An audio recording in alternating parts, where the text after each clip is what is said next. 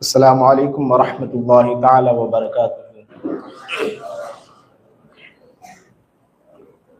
الحمد للہ رب العالمین الرحمن الرحیم والعاقبۃ للمتقین، الصلاة والسلام علی سید المرسلین وعلی آلہ وصحبہ اجمعین، اما بعد۔ قال اللہ تبارک و تعالی فی القرآن المجید: ان الذین آمنوا وعملوا الصالحات سیجعل لهم الرحمن ودا، صدق اللہ مولانا العظیم۔ معزز و محتشم سامعین حضرات اور عزیز طلبہ، میں آج آپ کے سامنے اپنے استاذ محترم مفتی اعظم مہاراشٹر حضرت علامہ مفتی مجتبیٰ شریف خان صاحب قبلہ دامت برکاتہم العالیہ کے حکم کی تعمیل میں دوسری مرتبہ آپ کے سامنے حاضر ہوا ہوں۔ اللہ کریم کی بارگاہ میں دعا ہے کہ اللہ پاک استاذ محترم مفتی اعظم مہاراشٹر مفتی مجتبیٰ شریف خان صاحب قبلہ اور استاذ محترم حضرت علامہ مفتی فیض احمد صاحب قبلہ دامت برکاتہم العالیہ اور تمام علماء کرام کا سایہ ہم سبھی پر قادر قائم فرمائے۔ عزیز طلبہ، آج جس عنوان پر گفتگو کرنے کا مجھے حکم دیا گیا وہ یہ ہے کہ امام اہل سنت قدس سرہ العزیز کی ذات مبارکہ پر عرب و عجم کے علماء نے اعتماد کیوں کیا۔ انشاءاللہ اس کے حوالے سے چند باتیں اور امام اہل سنت رضی اللہ تعالیٰ عنہ کی چند تحقیقات آپ کے سامنے پیش کرنے کی کوشش کروں گا۔ آئیے اس سے پہلے ہم سب مل کر بارگاہ رسالت میں درود پاک کا نذران عقیدت پیش کریں۔ پڑھیے باواز بلند: اللہم صلی علی سیدنا مولانا محمد معدن الجود والکرم وآلہ وبارک وسلم صلاۃ وسلام علیک یا رسول اللہ صلی اللہ تعالی علیہ وآلہ وسلم۔ امام اہل سنت اعلیٰ حضرت رضی اللہ تعالی عنہ یہ اللہ کریم کے ان محبوب و مقرب بندوں میں سے ہیں جنہیں فیض رب قدیر سے وہ کچھ ملا ہے جس کا اندازہ نہیں کیا جا سکتا، اور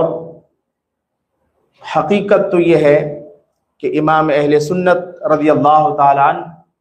یہ آقائے دو جہاں صلی اللہ تعالی علیہ وآلہ وسلم کے معجزات میں سے ایک معجزہ ہے، اس لیے کہ اس قدر جامعیت، اس قدر فقاہت اور اس قدر دینی خدمات یہ رسول اکرم صلی اللہ علیہ وسلم کے فیضان کا حصہ ہی ہو سکتا ہے۔ اعلیٰ حضرت رضی اللہ تعالیٰ عنہ کو علوم اسلامیہ خواہ وہ جدیدہ ہو قدیمہ ہو سب پر فضل الہی سے کامل مہارت عطا کی گئی تھی۔ یہی وجہ ہے کہ آپ کی تصنیفات کے مطالعے سے یہ بات واضح ہوتی ہے کہ آپ کی ذات بابرکات سے جہاں عجم کے علماء نے استفادہ کیا ہے، وہیں پر آپ کی ذات مبارکہ سے عرب کے علماء بھی آپ سے استفادہ کرتے اور علمی تشنگی بجھانے کی التماس کرتے ہوئے نظر آتے ہیں۔ مکہ مکرمہ کے فاضل جلیل سید مولانا اسماعیل بن خلیل رحمۃ اللہ تعالی علیہ یہ حجاز مقدس کے بڑے مشہور عالم دین ہیں۔ انہوں نے جب امام اہل سنت قدس سرہ العزیز کے عربی فتاوے دیکھے تو تعبیرات اور دلائل کے انبار دیکھ کر انہوں نے کہا تھا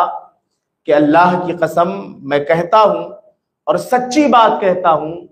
کہ اگر امام اہل سنت کے فتاوے امام اعظم ابو حنیفہ دیکھ لیتے تو ان کی آنکھیں ٹھنڈی ہو جاتی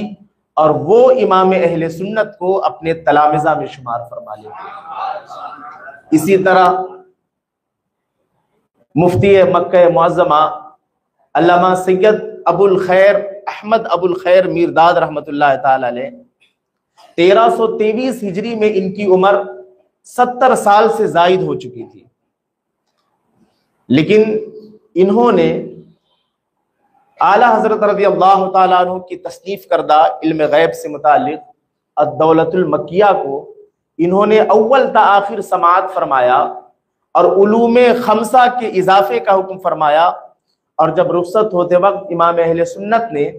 ادباً ان کے زانو مبارک کو ہاتھ لگایا تو آپ فرما اٹھے انا اقبل ارجلکم انا اقبل انعالکم، کہ میں تمہارے قدموں کو بوسہ دوں، میں تمہارے جوتوں کو بوسہ دوں۔ علماء عرب کے دلوں میں اعلیٰ حضرت رضی اللہ تعالیٰ عنہ کی کس قدر تعظیم تھی اور وہ امام اہل سنت کی فقاہت کے کس قدر معترف تھے، آپ اس کا اندازہ اس بات سے بھی لگا سکتے ہیں کہ 1323 ہجری میں امام اہل سنت کی بارگاہ میں مکہ معظمہ میں ہی نوٹ سے متعلق 12 سوالات پر مشتمل ایک استفتاء پیش کیا گیا تھا، اور نوٹ سے متعلق امام اہل سنت سے پہلے علماء عرب کے سامنے بھی یہ سوالات پیش کیے گئے تھے، لیکن انہوں نے معذرت کر لی، یہاں تک کہ اس زمانے کے جو مفتی حنفیہ تھے مکہ معظمہ کے شیخ جمال بن عبداللہ، جب ان کے بعد ان کے پاس یہ سوالات بھیجے گئے تو اعلیٰ حضرت رضی اللہ تعالیٰ عنہ نے کاسر السفیہ الواہم، یہ رسالہ ہے اعلیٰ حضرت کا، آپ نے خود اس روایت کو اس رسالے کی ابتدا میں بیان فرمایا۔ تو مفتی حنفیہ جمال بن عبداللہ کی بارگاہ میں نوٹ سے متعلق جب سوالات بھیجے گئے تو انہوں نے صرف اتنا کہا تھا العلم امانۃ فی اعناق العلماء، کہ علم علماء کی گردنوں میں امانت ہے، واللہ تعالی علم، کوئی جواب نہیں دیا۔ لیکن امام اہل سنت رضی اللہ تعالیٰ عنہ کی فقاہت پر آپ قربان جائیں کہ وہی نوٹ کا مسئلہ جب امام اہل سنت کی بارگاہ میں پیش کیا گیا تو آپ حیرت میں پڑ جائیں گے، اعلیٰ حضرت نے خود اس بات کا تذکرہ فرمایا کہ محض 1.5 دن کے اندر تقریباً 100 صفحات پر مشتمل آپ نے کفل الفقیہ الفاہم کی صورت میں آپ نے نوٹ کے متعلق سوالات کا جوابات عطا فرمایا، صرف 1.5 دن کے اندر۔ تو آپ سوچیں کہ عرب کے وہ مشاہیر و جگید علماء کرام جو عالم اسلام کے مرجع ہیں، وہ امام اہل سنت سے استفادہ کر رہے ہیں، آپ کی بارگاہ میں استفتاء کر رہے ہیں اور آپ پر اعتماد کر رہے ہیں۔ اور الاجازات المتینہ کے مطالعے سے یہ بات واضح ہوتی ہے کہ علماء عرب یہ آپ پر اعتماد بھی کرتے ہیں اور آپ کو برکت الزمان، الشیخ الکبیر، وحید العصر اور امام المحدثین جیسے عظیم القابات سے عرب کے علماء اعلیٰ حضرت رضی اللہ تعالیٰ عنہ کی مدح کرتے ہوئے نظر آتے ہیں۔ پروفیسر ڈاکٹر مسعود کی صاحب کی تحقیق کے مطابق ان علماء عرب کی تعداد 300 سے زائد ہے جن سے امام اہل سنت قدس سرہ العزیز کا علمی رشتہ اور تعلق تھا، اور جنہوں نے اعلیٰ حضرت رضی اللہ تعالیٰ عنہ سے فقہ، حدیث اور تفسیر کی اجازتیں اور سندیں طلب کی ہے۔ ان علماء عرب کی تعداد 300 سے زائد ہے۔ اسی طرح عجم کے وہ علماء جو اپنے زمانے کے مرجع خلائق تھے، آپ فتاوی اٹھا کر دیکھیں، امام اہل سنت کے فتاوے دیکھیں تو وہ سب لا ینحل مسائل میں امام اہل سنت قدس سرہ العزیز کی طرف رجوع کرتے ہوئے نظر آتے ہیں۔ مولانا سراج صاحب رحمت اللہ تعالی علیہ یہ اپنے زمانے کے بڑے ماہر عالم تھے، علم وراثت میں اللہ تبارک و تعالیٰ نے انہیں خاص ملکہ عطا فرمایا تھا۔ یہ علم میراث کے متعلق یہ رسالہ لکھ رہے تھے، لیکن کچھ مسئلے کے اندر دقت آئی تو اس مسئلے کے حل کے لیے انہوں نے خود اس بات کو بیان کیا کہ ہندوستان کے بڑے بڑے دارالافتاء اور مفتیان کرام کے پاس اس کے حل کے لیے سوال آپ نے بھیجا، لیکن کچھ جگہوں سے جواب ہی نہ آیا، اور کچھ جگہوں سے جواب آیا بھی تو آپ کو تشفی نہ ہوئی۔ آپ خود لکھتے ہیں کہ یہ سوال میں نے پھر بریلی شریف میں اعلیٰ حضرت رضی اللہ تعالیٰ عنہ کے پاس بھیجا۔ اعلیٰ حضرت رضی اللہ تعالیٰ عنہ نے ان کے سوال کا جو علمی جواب عطا فرمایا ہے وہ فتاوی رضویہ کی مترجم کی 26ویں جلد میں موجود ہے۔ آپ آج بھی اس جواب کو اٹھا کر پڑھیں تو آپ کو پتہ چلے گا کہ علمی مہارت کیا ہوتی ہے اور وسعت علم چیز کیا ہوا کرتی ہے۔ مولانا سراج صاحب اس جواب سے اتنے متاثر ہوئے کہ وہ خود اس بات کو بیان کرتے ہیں کہ اس کے بعد سے میں نے اعلیٰ حضرت رضی اللہ تعالیٰ عنہ کی کتابوں کا مطالعہ کرنا شروع کیا اور دوسروں کو پڑھ کر سنانا شروع کیا، اور دوسروں کو پڑھ کر سنانے کا نتیجہ ہے کہ یہ فرماتے ہیں کہ میں نے اعلیٰ حضرت رضی اللہ تعالیٰ عنہ کی کچھ عبارتیں اپنے زمانے کے مشہور فقیہ نظام الدین، مولوی نظام الدین احمد پوری، یہ فرماتے ہیں کہ میں نے اعلیٰ حضرت کی کچھ عبارتیں ان کو سنائی تو اعلیٰ حضرت رضی اللہ تعالیٰ عنہ کی عبارتیں سن کر انہوں نے، جو اپنے آپ کو سب سے بڑا فقیہ خیال کرتے تھے، انہوں نے یہ جملہ کہا تھا کہ مولانا کی عبارتیں سننے کے بعد تو یہ معلوم ہوتا ہے کہ صاحب فتح القدیر اور علامہ شامی یہ احمد رضا کے شاگرد معلوم ہوتے ہیں، یہ تو امام اعظم ثانی معلوم ہوتے ہیں۔ تو علماء عرب ہو، علماء عجم ہو، یہ سب اعلیٰ حضرت رضی اللہ تعالیٰ عنہ سے استفادہ کر رہے ہیں، آپ پر اعتماد کر رہے ہیں، اور اس کا اندازہ آپ کو اس بات سے اور اچھے سے آپ لگا سکتے ہیں کہ فتاوی رضویہ کی جلد اول کے اندر ان علماء اور مفتیان کرام کی تعداد 1062 بتائی گئی ہے جنہوں نے امام اہل سنت سے استفتاء کیا ہے، اور جن کے سوالات فتاوی رضویہ کے اندر شامل ہیں ان کی تعداد 1062 ہے۔ تو آپ اندازہ لگائیں کہ امام اہل سنت رضی اللہ تعالیٰ عنہ کی ذات مبارکہ پر اہل سنت کے علماء کو کس قدر اعتماد تھا۔ سوال یہ ہوتا ہے کہ بھئی اتنا اعتماد کیوں؟ اس دور میں عرب کے مشاہیر و جید علماء کرام موجود ہیں، عجم کے بڑے بڑے اکابر علماء اسلام موجود ہیں، لیکن اعلیٰ حضرت رضی اللہ تعالیٰ عنہ پر ہی علماء اسلام کو اس قدر اعتماد کیوں ہے؟ تو اعلیٰ حضرت رضی اللہ تعالیٰ عنہ کی تصنیفات کے مطالعے سے جو بات سمجھ میں آتی ہے اور علماء نے جو چیز بیان کی ہے وہ یہ ہے کہ اللہ کریم نے اعلیٰ حضرت رضی اللہ تعالیٰ عنہ کو علوم اسلامیہ پر کامل مہارت عطا فرمائی تھی، اور یہی وجہ ہے کہ آپ نے ہر مسئلے میں، خواہ اس مسئلے کا تعلق ضروریات دین سے ہو یا اس کا تعلق ضروریات مذہب اہل سنت سے ہو یا وہ کوئی فقہی اور فرعی ہی مسئلہ کیوں نہ ہو، آپ نے ہر مسئلے کے اندر تحقیقات کے ایسے دریا بہائے ہیں کہ جس کے مطالعے سے صاحبان علم و فضل کی آنکھیں ٹھنڈی ہو جاتی ہے۔ اعلیٰ حضرت رضی اللہ عنہ کی آپ ان تحقیقات کو دیکھیں تو ہمارے زمانے کے اور زمانے کے علماء نے اعلیٰ حضرت رضی اللہ تعالیٰ عنہ کی تحقیقات کا جب مطالعہ کیا تو وہ صاف یہ بات فرماتے ہیں کہ اعلیٰ حضرت رضی اللہ تعالیٰ عنہ کی ذات کے اندر مجتہد کی خصوصیات موجود تھی۔ وہ فرماتے ہیں کہ بعض مقامات فتاوی کے اندر ایسے ہیں کہ جہاں اعلیٰ حضرت رضی اللہ تعالیٰ عنہ نے اس نہج پر کلام فرمایا ہے جو مجتہد فی المسائل کے درجے کا ہے۔ مجتہد فی المسائل یہ فقہا کی وہ جماعت ہے جو اصول و فرع میں امام اعظم ابو حنیفہ کی اتباع کرتے ہیں، لیکن اس اصول کی روشنی میں یہ مسائل کا استخراج کر سکتے ہیں۔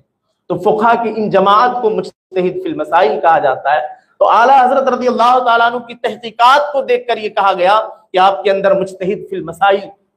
بعض مواقع پر اور بعض جگہوں پر آپ نے اس نہج پر کلام فرمایا ہے جو مجتہد فی المسائل کے درجے کا ہے، اور بعض مقامات پر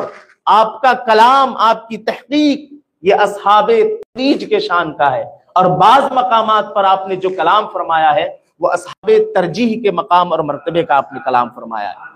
بلکہ آپ اگر میں ابھی کچھ دیر میں کچھ چیزیں پیش کروں گا، آپ خود اندازہ لگا لیں کہ فقہائے متقدمین یا فقہائے متاخرین کی عبارتوں میں جہاں کہیں تعارض تھا، اعلیٰ حضرت رضی اللہ تعالیٰ عنہ کا یہ مقام ہے کہ آپ نے ان کے اقوال کے درمیان جو تعارض تھا اس کو رفع فرمایا ہے اور ان کے اقوال کے اندر تطبیق پیدا فرمائی ہے۔ فقہائے متقدمین ان فقہا کو کہا جاتا ہے فقہ کی اصطلاح میں جنہوں نے امام اعظم ابو حنیفہ، امام ابو یوسف اور امام محمد علیہم الرحمہ کا زمانہ پایا ہو اور ان سے فیض حاصل کیا ہو، اور جو ان تینوں کا زمانہ جنہوں نے نہ پایا ہو، نہ فیض حاصل کیا ہو، تو ان فقہا کو متاخرین کہا جاتا ہے۔ اسی طرح فقہا سے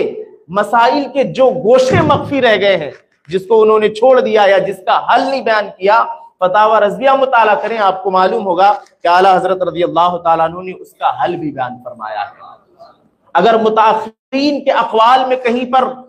اختلاف نظر آ رہا ہے، تطبیق کی کوئی صورت ممکن نہیں ہے، تو آپ فتاوی پڑھ کر دیکھیں، اعلیٰ حضرت رضی اللہ تعالیٰ عنہ نے وہاں مختلف اقوال اور روایات میں اسباب ترجیح کی بنا پر آپ نے ترجیح کا بھی فریضہ انجام دیا ہے۔ اور یہ نہیں ہے کہ میں یہ کوئی بہت بڑا دعویٰ اور بہت کہیں دوسری جگہ سے کر رہا ہوں، آپ اعلیٰ حضرت کی تحقیقات دیکھیں، یہ ساری چیزیں ثابت ہوگی۔ میں دو چند مثالیں بڑی تیزی کے ساتھ 1311 ہجری میں امام اہل سنت قدس سرہ العزیز کی بارگاہ میں 20 رمضان المبارک 1311 ہجری میں امام اہل سنت قدس سرہ العزیز کی بارگاہ میں منی آرڈر سے متعلق ایک استفتاء پیش کیا گیا۔ آپ جانتے ہیں کہ منی آرڈر یہ امام اہل سنت کے زمانے میں ایک جدید مسئلہ تھا۔ بعض لوگوں نے منی آرڈر پر جو فیس وصول کی جاتی ہے، مثلا آپ کو 10 روپے بھیجنا ہے تو 2 آنے فیس جمع کرنا پڑے گی، 2 آنے فیس کے بدلے میں آپ 10 بھیج سکتے ہیں اپنے گھر والوں کو۔ تو بعض لوگوں نے منی آرڈر کے ذریعے سے روپیہ بھیجنے پر جو فیس وصول کی جاتی ہے اس کو سود قرار دیتے ہوئے اس کی حرمت کا فتویٰ دے دیا تھا۔ تو ان لوگوں کو بڑی پریشانی ہوئی جو گھر سے دور رہتے ہیں کام کاج کے سلسلے میں اور منی آرڈر کے ذریعے سے روپیہ اپنے گھروں پہ بھیجا کرتے تھے۔ پریشانی یہ تھی کہ اگر خود جاتے ہیں روپیہ پہنچانے تو ساری تنخواہ آنے جانے کے کرائے میں صرف ہو جاتی ہے، اور اگر منی آرڈر کے ذریعے سے روپیہ بھیجتے ہیں تو بعض لوگوں نے فتویٰ چھاپ دیا ہے کہ یہ حرام ہے۔ تو کریں کیا؟ تو اعلیٰ حضرت رضی اللہ تعالیٰ عنہ کی بارگاہ میں استفتاء پیش کیا گیا اور کہا گیا، پوچھا گیا کہ یہ جو فیس دی جاتی ہے یہ جائز ہے یا نہیں، اور یہ بھی کہا گیا کہ بعض علماء نے حرمت کا فتویٰ چھاپ دیا ہے۔ اعلیٰ حضرت رضی اللہ تعالیٰ عنہ نے اس استفتاء کے جواب میں ایک رسالہ المنی والدرر کے نام سے تحریر فرمایا، اور اس رسالے کے اندر میں اعلیٰ حضرت رضی اللہ تعالیٰ عنہ نے متعدد احادیث مبارکہ اور فقہی جزئیات سے آپ نے اس بات کو ثابت فرمایا کہ منی آرڈر کے ذریعے سے روپیہ بھیجنے میں اور اس کی روپیہ پہنچانے کی جو رسید کی وصولی ہوتی ہے، اس کی جو فیس دی جاتی ہے، وہ سود نہیں ہے بلکہ وہ اجرت ہے۔ محکمہ ڈاک بھی اسے اجرت سمجھ کر لیتا ہے اور بھیجنے والے بھی اسے اجرت سمجھ کر ہی دیتے ہیں، تو اس میں سود کا خیال ہی غلط ہے۔ اعلیٰ حضرت رضی اللہ تعالیٰ عنہ کی جو عبارت ہے آپ وہ عبارت سن لیں، پھر اس کے بعد آگے بڑھتے ہیں۔ اعلیٰ حضرت رضی اللہ تعالیٰ عنہ فرماتے ہیں کہ وہ فتویٰ فقیر کی نظر سے گزرا ہے، یعنی جس فتوے میں کچھ لوگوں نے حرمت کا فتویٰ دیا تھا، اس فتوے کے تعلق سے آپ فرماتے ہیں کہ وہ فتویٰ فقیر کی نظر سے گزرا ہے، اس میں مفتی صاحب فرماتے ہیں کہ یہ ربا ہے، یعنی سود ہے۔ 2 آنے 10 کے عوض 10 ملتے ہیں، آپ 2 آنے 10 بھیجیں تو 10 ملیں گے، 2 آنے کٹ جا رہے ہیں۔ اعلیٰ حضرت فرماتے ہیں کہ یہ بات وہی کہہ سکتا ہے جسے اتنی خبر نہیں کہ 2 آنے کاہے کی دیے جاتے ہیں۔ شاید انہیں معلوم نہیں کہ ڈاک خانہ ایک اجیر مشترک ہے، اجیر مشترک جو کسی ایک ادارے یا شخص کے کام کرنے کا پابند نہ ہو۔ تو آپ فرماتے ہیں کہ ڈاک خانہ ایک اجیر مشترک کی دکان ہے جو بغرض تحصیل اجرت کھولی گئی ہے۔ 2 آنے قطعاً وہاں جانے، روپیہ دینے اور واپس آنے اور رسید لانے ہی کی اجرت ہے، اور اس میں سود کی کوئی وجہ نہیں پائی جاتی ہے۔ آپ کو شاید حیرت ہوگی، اعلیٰ حضرت رضی اللہ تعالیٰ عنہ نے اس رسالے کے اندر میں جو میں خاص بات آپ کو بتانا چاہتا ہوں وہ تھوڑی دیر بعد آئے گی انشاءاللہ۔ تو اعلیٰ حضرت رضی اللہ تعالیٰ عنہ نے اس رسالے کے اندر میں قائلین، حرمت کے قائلین کے دلائل کا رد فرمایا، وہیں پر اعلیٰ حضرت رضی اللہ تعالیٰ عنہ نے از خود ایسے اشکالات بیان فرمائے کہ جس کی وجہ سے منی آرڈر کے ذریعے سے روپیہ بھیجنے کے جواز میں شبہ ہو سکتا ہے، اور آپ مقام فقاہت اعلیٰ حضرت کا دیکھیں کہ آپ نے ایسے اشکالات بیان فرمائے جو ان مفتیوں کے ذہن و دماغ میں بھی نہیں ہوگا، آپ نے خود وہ اشکالات بیان فرمائے اور پھر آپ نے ان اشکالات کا ازالہ فرمایا ہے اور سارے وجوہ کا رد فرمایا ہے۔ اور پھر جو بات میں بتانا چاہ رہا ہوں، اعلیٰ حضرت رضی اللہ تعالیٰ عنہ نے جب یہ ثابت فرما دیا کہ یہ اجرت ہے اور اجرت کے طور پر یہ رقم دی جاتی ہے، یہ سود نہیں ہے، تو اعلیٰ حضرت رضی اللہ تعالیٰ عنہ نے اس رسالے کے اندر عرف و تعامل کے حوالے سے بحث فرمائی ہے۔ مسلمانوں کا جو عرف، ہمارا جو عرف ہے، یہ حجت ہے۔ عرف، مسلمانوں کا عرف فقہ کی اصطلاح میں اس قول یا فعل کو کہا جاتا ہے جو ارباب علم و دانش کے درمیان رائج ہو اور عقلیں اسے اچھا تسلیم کرتی ہو، تو اسے اصطلاح فقہ میں عرف کہا جاتا ہے۔ اور تعامل کا مطلب ہوتا ہے کہ وہ کام جسے عوام اور خواص سبھی اچھا جان کر کرتے ہوں تو اسے تعامل فقہ کی اصطلاح میں کہا جاتا ہے، جیسے اذان وغیرہ۔ تو عرف اور تعامل کی حجت کے حوالے سے کہ یہ کس طرح حجت ہے، حدیث رسول کی طرح حجت ہے یا اجماع امت کی طرح حجت ہے یا اجماع امت کے قائم مقام ہے، اس کی حجیت حیثیت کیا ہے، اعلیٰ حضرت رضی اللہ تعالیٰ عنہ نے جو بحث فرمائی ہے، آپ فقہ کی کتابیں اٹھا کر دیکھ لیں، اعلیٰ حضرت نے عرف و تعامل کے حوالے سے اس رسالے میں جس نہج پر کلام فرمایا ہے اس کا عشر اشیر بھی فقہ کی کتابوں کے اندر موجود ہے۔ اور شاید آپ کو ایسا لگے کہ بہت بڑا دعویٰ، اعلیٰ حضرت نے خود اس رسالے کے آخر میں اس کا تذکرہ فرمایا ہے۔ آپ نے جو بات لکھی ہے میں اس کا خلاصہ پیش کرتا ہوں۔ آپ اس رسالے کے آخر میں لکھتے ہیں کہ میں عرف و تعامل کے حوالے سے رد المحتار، الاشباہ والنظائر جیسی فقہ کی کتابوں کا مطالعہ کرتا تھا، لیکن مجھے ان کتابوں میں کوئی ایسی چیز نہیں مل پائی جس سے میرا اضطراب دور ہو جائے، اور کوئی ایسی چیز نہ ملی جو عرف و تعامل کے تمام مکمل گوشوں کا احاطہ کرتی ہو۔ علامہ شامی کا حال یہ تھا کہ جب بھی عرف اور تعامل کے حوالے سے وہ کلام کرتے تو ہمیشہ کلام کو اپنی کتاب کی طرف پھیر دیتے۔ علامہ شامی نے عرف و تعامل کے حوالے سے ایک کتاب لکھی تھی جس کا نام ہے نشر العرف۔ تو آپ دوسری کتابوں میں جہاں بھی عرف و تعامل کے حوالے سے کلام فرماتے تھے، آپ کہتے تھے کہ میری کتاب کی طرف رجوع کریں۔ تو اعلیٰ حضرت رضی اللہ تعالیٰ فرماتے ہیں کہ میں علامہ شامی کی کتاب کا اس طرح مشتاق ہوا جیسے اونٹنی اپنے بچے کی مشتاق ہوا کرتی ہے۔ فرمایا کہ پھر مجھے موقع ملا اس کتاب کے مطالعے کا، لیکن جب میں نے اس کتاب کا مطالعہ کیا تو مجھے محسوس ہوا کہ یہ بھی کافی اور شافی نہیں ہے، لیکن اللہ نے اس کتاب کی برکت سے مجھے شرح صدر عطا کیا، اور اس کتاب کے مطالعے کی برکت سے میں نے عرف و تعامل کے درجات بھی متعین فرمائے کہ اس کے درجے کیا کیا ہیں، اور عرف و تعامل کے سارے احکام بھی مفصل بیان فرما دیے۔ یہ اعلیٰ حضرت نے خود المنہ والدرر کے آخر میں لکھا ہے۔ اور عرف و تعامل کے حوالے سے جو خلاصہ اعلیٰ حضرت رضی اللہ تعالیٰ عنہ نے بیان فرمائی ہے، میں 2 لفظوں میں بیان کرتا ہوں، اس کا خلاصہ پھر آگے بڑھتے ہیں۔ اعلیٰ حضرت رضی اللہ تعالیٰ عنہ نے بڑی نفیس تحقیق، تقریباً 40 سے زائد صفحات پر پھیلی ہوئی یہ تحقیق ہے۔ آپ نے جو خلاصہ عرف و تعامل کے حوالے سے مسلمانوں کا عرف، مسلمانوں کے تعامل کی حجیت کیا ہے، اس حوالے سے جو گفتگو فرمائی ہے، اس کا خلاصہ یہ ہے کہ عرف اور تعامل 4 طرح کے ہوتے ہیں۔ پہلا وہ عرف جو رسول اکرم صلی اللہ علیہ وسلم کے زمانے سے رائج ہو، تو اس عرف کا حکم حدیث تقریری کا حکم ہے۔ اور دوسرا وہ عرف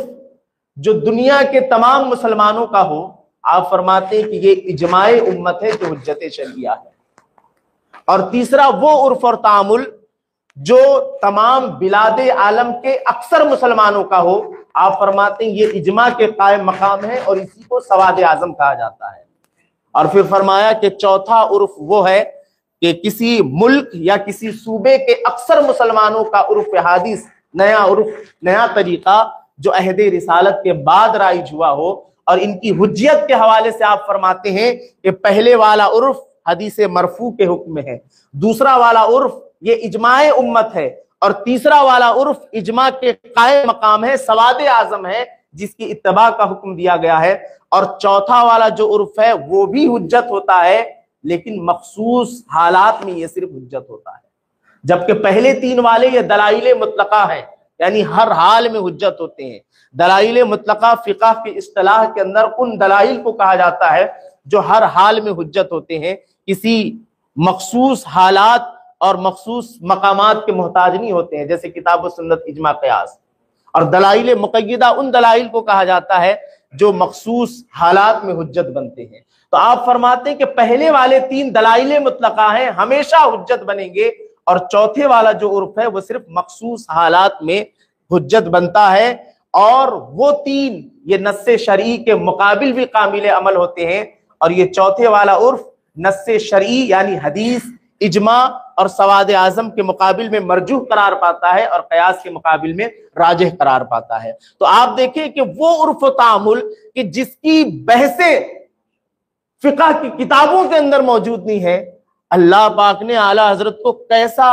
عظیم مقام فقاہت عطا فرمایا ہے کہ آپ کتاب کے مطالعے کی برکت سے عرف و تعامل کے درجات بھی متعین فرما رہے ہیں، اور پھر تفصیل سے اس کے احکام بھی تحریر فرما رہے ہیں۔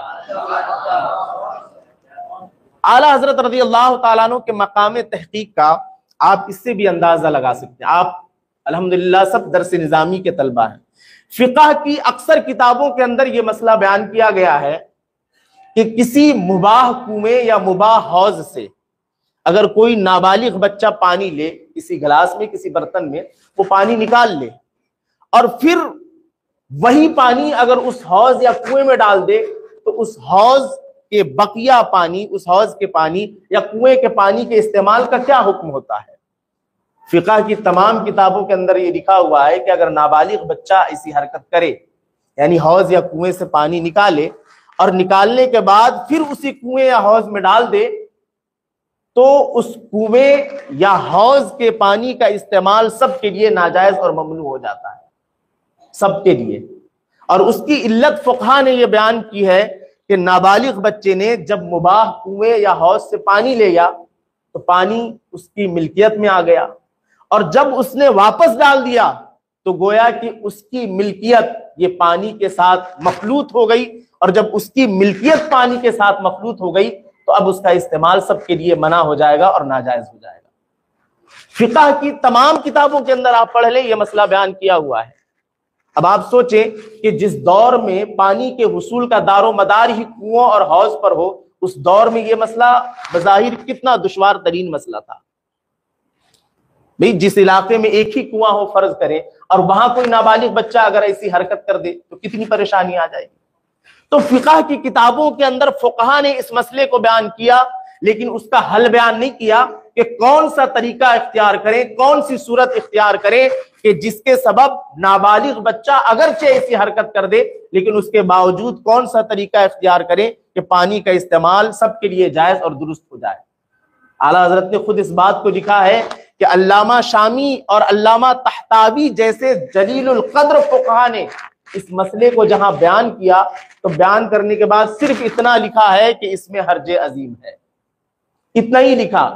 حرج عظیم ہے لکھ تو دیا، لیکن اس کا حل ان جلیل القدر فقہا نے بیان نہیں فرمایا کہ اس کا حل کیا ہے۔ اعلیٰ حضرت رضی اللہ تعالیٰ عنہ نے لکھا ہے کہ علامہ عبد الغنی نابلسی رحمۃ اللہ تعالیٰ علیہ نے اس کا حل بیان کرنے کی کوشش کی ہے، اور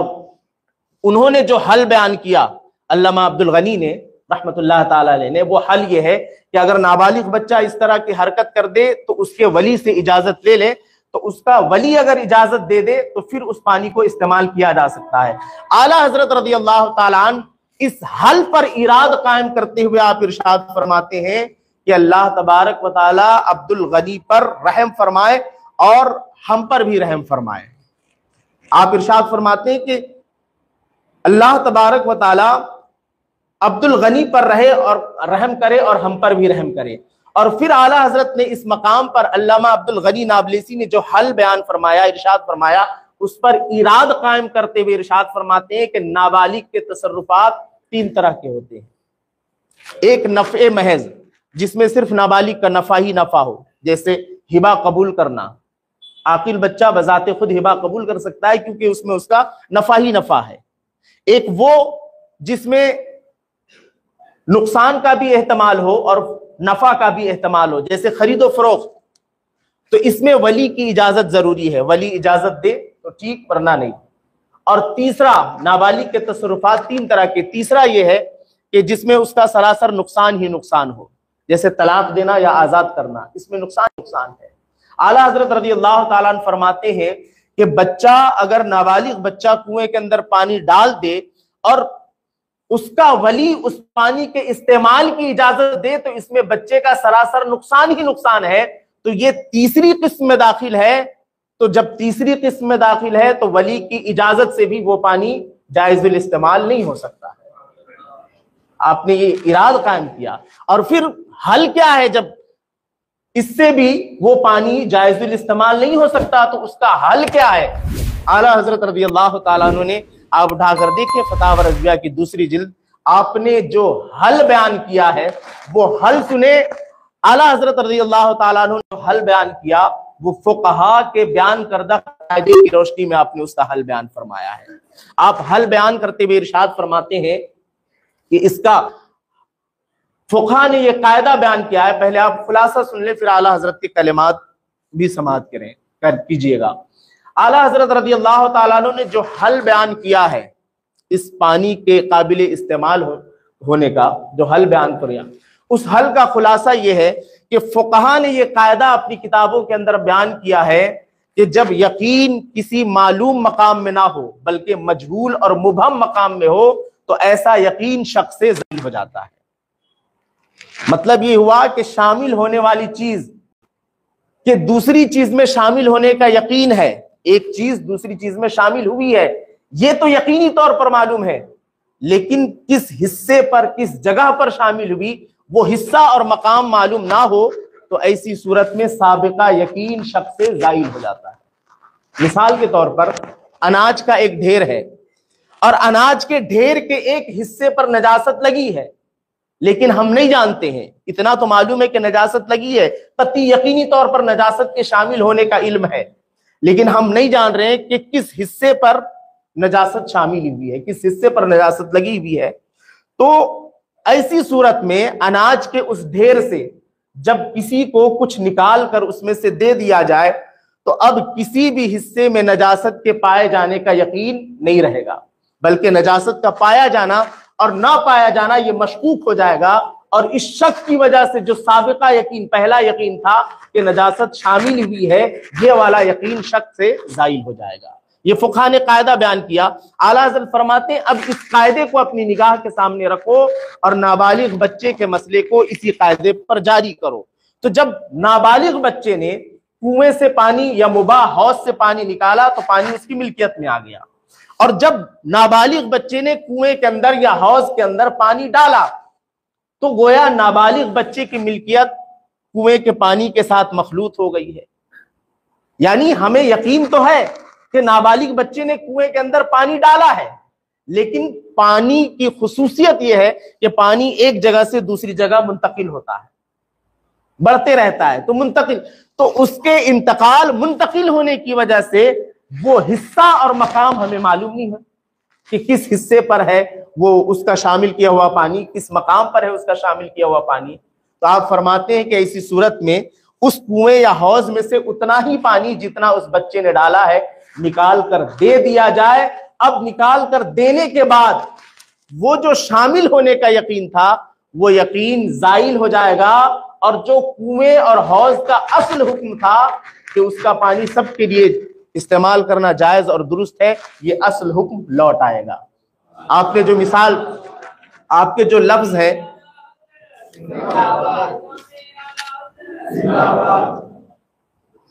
اعلیٰ حضرت رضی اللہ تعالیٰ عنہ کی جو کلمات ہیں وہ کلمات حصول برکت کی جو سن لیں۔ آپ فرماتے غرض مسئلہ مشکل ہے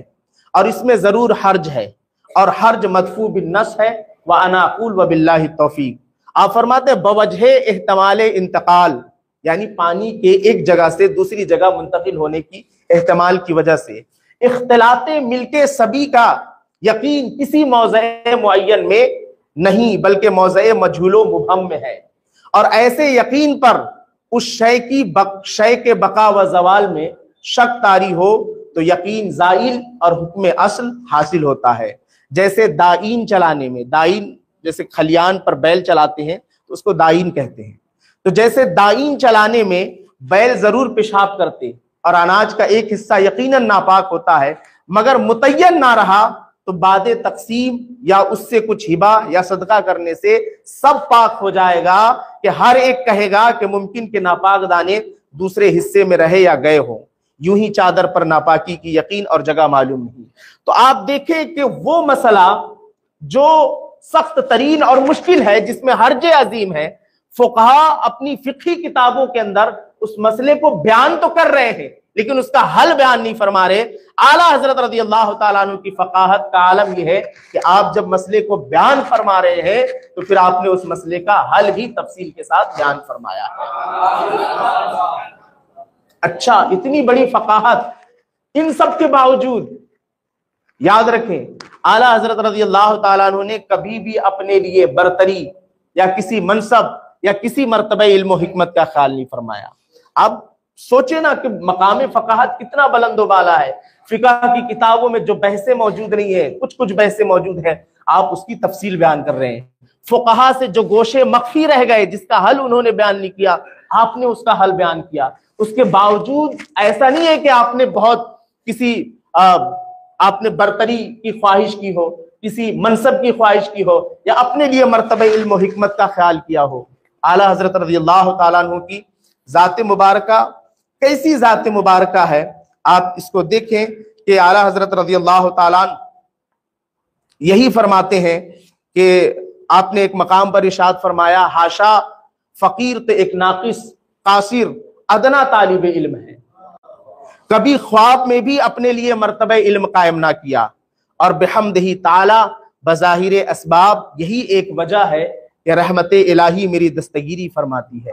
میں اپنی بے بضاعتی جانتا ہوں، اس لیے پھونک پھونک کر قدم رکھتا ہوں۔ مصطفیٰ صلی اللہ علیہ وسلم اپنے کرم سے میری مدد فرماتے ہیں اور مجھ پر علم حق کا افادہ فرماتے ہیں، اور انہی کے رب کریم کے لیے حمد ہے اور ان پر ابدی صلاۃ والسلام۔ تو مقام اتنا اعلیٰ، لیکن عاجزی اس قدر کہ کبھی بھی آپ نے اپنے لیے کوئی منصب یا مرتبہ علم و حکمت خیال نہیں فرمایا۔ اعلیٰ حضرت رضی اللہ تعالیٰ عنہ کے آپ فتاوے پڑھیں گے تو آپ کو پتا چلے گا کہ آپ نے اپنے اکابر کی عبارتوں پر بھی کلام فرمایا ہے اور نقد قائم کیا ہے، لیکن کلام ضرور فرمایا ہے، آپ نے فقہا کی عبارتوں پر تنقید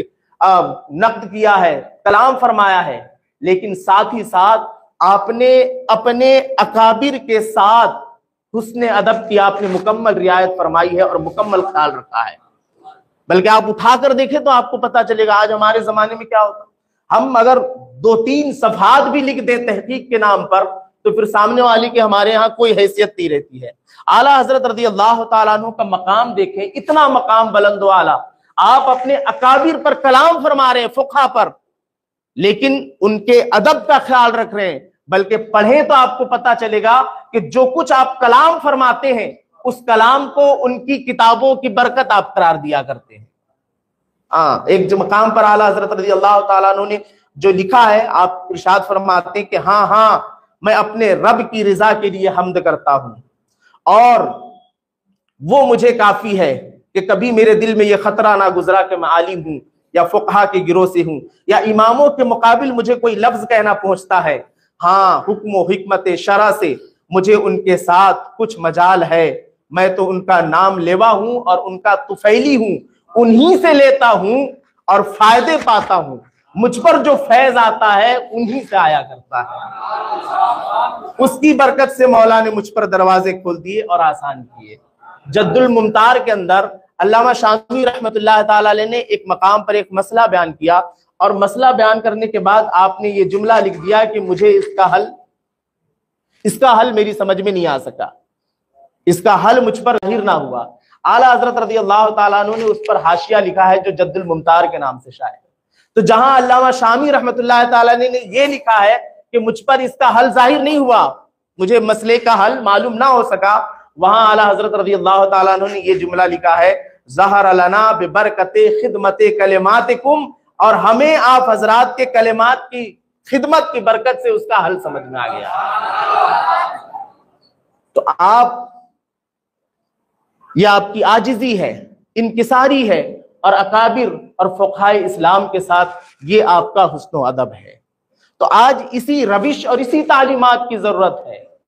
کہ اپنے اکابر کے ساتھ حسن ادب رکھیں اور عاجزی انکساری کو اپنائیں۔ ایک اور مثال سنیں، 1324 ہجری میں امام اہل سنت قدسہ سرہ العزیز کی بارگاہ میں ایک استفتاء پیش ہوا۔ سوال دیکھیں، صرف ایک جملے کا سوال ہے۔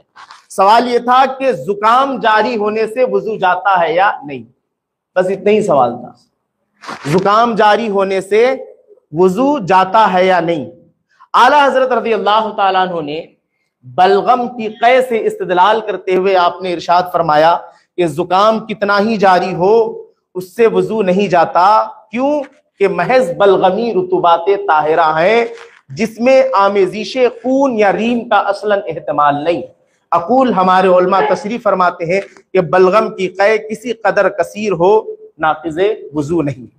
مختلف حوالے نقل کرنے کے بعد آپ فرماتے ہیں کہ بلغم جو دماغ سے اترے بالاجماع ناقض وضو نہیں، اور ظاہر ہے کہ زکام کی رطوبتیں دماغ ہی سے نازل ہے تو ان سے نقض وضو کسی کا قول نہیں ہو سکتا۔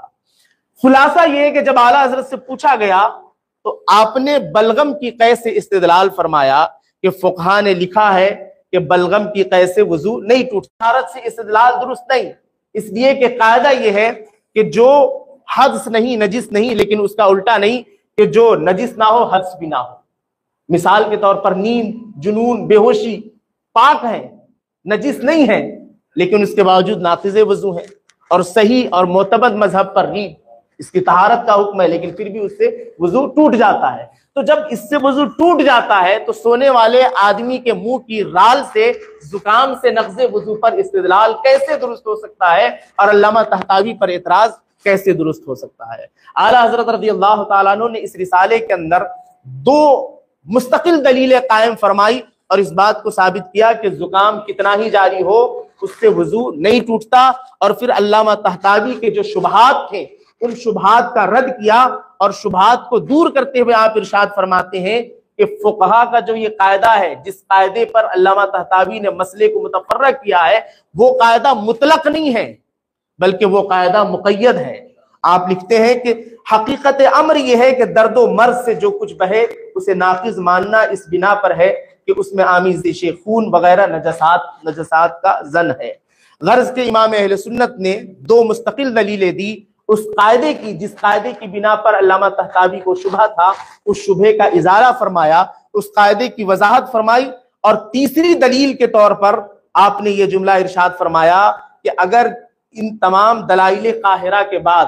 اگر کچھ بھی نہ ہوتا تو یہ استظہار کا مطلب علامہ طحطاوی کا فقہا کے بیان کردہ قاعدے سے بطور ظاہر زکام سے وضو ٹوٹنے کا مسئلہ نکالنا، یہ استظہار خود ہی واجب الرد تھا۔ کیوں؟ اگر یہ دلیلیں نہ بھی ہوتی تو بھی ان کا رد کرنا واجب تھا ان کے قول کا۔ کیوں؟ آپ ارشاد فرماتے ہیں اس لیے کہ زکام ایک عام چیز ہے، غالباً جب سے دنیا بنی کوئی فرد بشر جس نے چند سال عمر پائی ہو اسے کبھی نہ کبھی اگرچہ جاڑوں ہی کی فصل میں زکام ضرور ہوا ہوگا۔ یقین عادی کی روح سے کہا جاتا ہے کہ صحابہ کرام، تابعین، اعلام، ائمہ اعظام رضی اللہ تعالیٰ عنہ کو خود بھی عاجز ہوا ہو۔ ایسی عموم بلوا کی چیز میں اگر نقض وضو کا حکم ہوتا تو ایک جہاں اس سے مطلع مشہور مستفید حدیثوں میں اس کی تصریح آئی ہوتی، کتب ظاہر الروایہ سے لے کر متون، شروع، فتاوی، ان سب کے اندر متون، شروع، فتاوی سب اس کے حکم سے مملو ہوتے، نہ یہ کہ 1200 برس کے بعد ایک مصری فاضل سید علامہ طحطاوی بعض عبارات سے اسے بطور احتمال نکال لیں۔ تو یہ اعلیٰ حضرت رضی اللہ تعالیٰ عنہ کی شان ہے۔ اسی طرح فقہا کے جہاں پر مختلف اقوال تھے، اعلیٰ حضرت رضی اللہ تعالیٰ عنہ نے ان مختلف اقوال کے اندر تطبیق پیدا فرمائی ہے، اور ان مختلف اقوال کے اندر آپ نے تطبیق بیان فرمائی ہے۔ یہ علم بھی بڑی وسعت نظر کا طالب ہے۔ اس کے تطبیق بین الاقوال کے اندر تمام، جیسے فرض کریں کہ کسی ایک ہی مسئلے میں اگر فقہا کے مختلف اقوال ہوں تو ان تمام اقوال کے ایسے معنی بیان کرنا کہ جس سے وہ سارے معنی اپنی اپنی جگہ پر اپنے اپنے محل پر درست قرار پائیں، اسے فقہ کی اصطلاح میں تطبیق بین الاقوال کہا جاتا ہے۔ آپ اعلیٰ حضرت کی تصنیفات کا مطالعہ کریں تو اس طرح تطبیق یعنی فقہائے متقدمین اور فقہائے متأخرین کے اقوال میں تطبیق کی صدہ مثالیں فتاوی رضویہ کے اندر موجود ہیں. 100 سے زائد اس طرح کی مثالیں موجود ہیں جہاں اعلیٰ حضرت رضی اللہ تعالیٰ عنہ نے اقوال کے درمیان تطبیق پیدا فرمائی ہے. بس ایک آخری چیز سن لے، اس کے بعد میں اپنی گفتگو ختم کرتا ہوں. وضو میں بلا سبب ضرورت سے زیادہ پانی خرچ کرنا یہ کیا ہے؟ اس کے بارے میں فقہا کے 4 مختلف اقوال ہیں. بعض فقہا نے یہ فرمایا کہ وضو میں بلا سبب ضرورت سے زیادہ پانی خرچ کرنا یہ مطلقاً حرام ہے. بعض فقہا نے فرمایا کہ وضو میں بلا سبب ضرورت سے زیادہ پانی خرچ کرنا یہ مکروہ تنزیہی ہے. بعض فقہا نے فرمایا کہ بلا ضرورت وضو میں بلا سبب ضرورت سے زیادہ پانی خرچ کرنا ایک امر ادب اور مستحب کے خلاف ہے. اور بعض فقہا نے فرمایا کہ بلا سبب وضو میں ضرورت سے زیادہ پانی خرچ کرنا یہ مکروہ تحریمی ہے. تو مسئلہ ایک ہی ہے کہ وضو میں بلا سبب ضرورت سے زیادہ پانی خرچ کرنا کیسا ہے. اب ایک ہی مسئلے کے متعلق فقہا کے 4 مختلف اقوال ہیں. بظاہر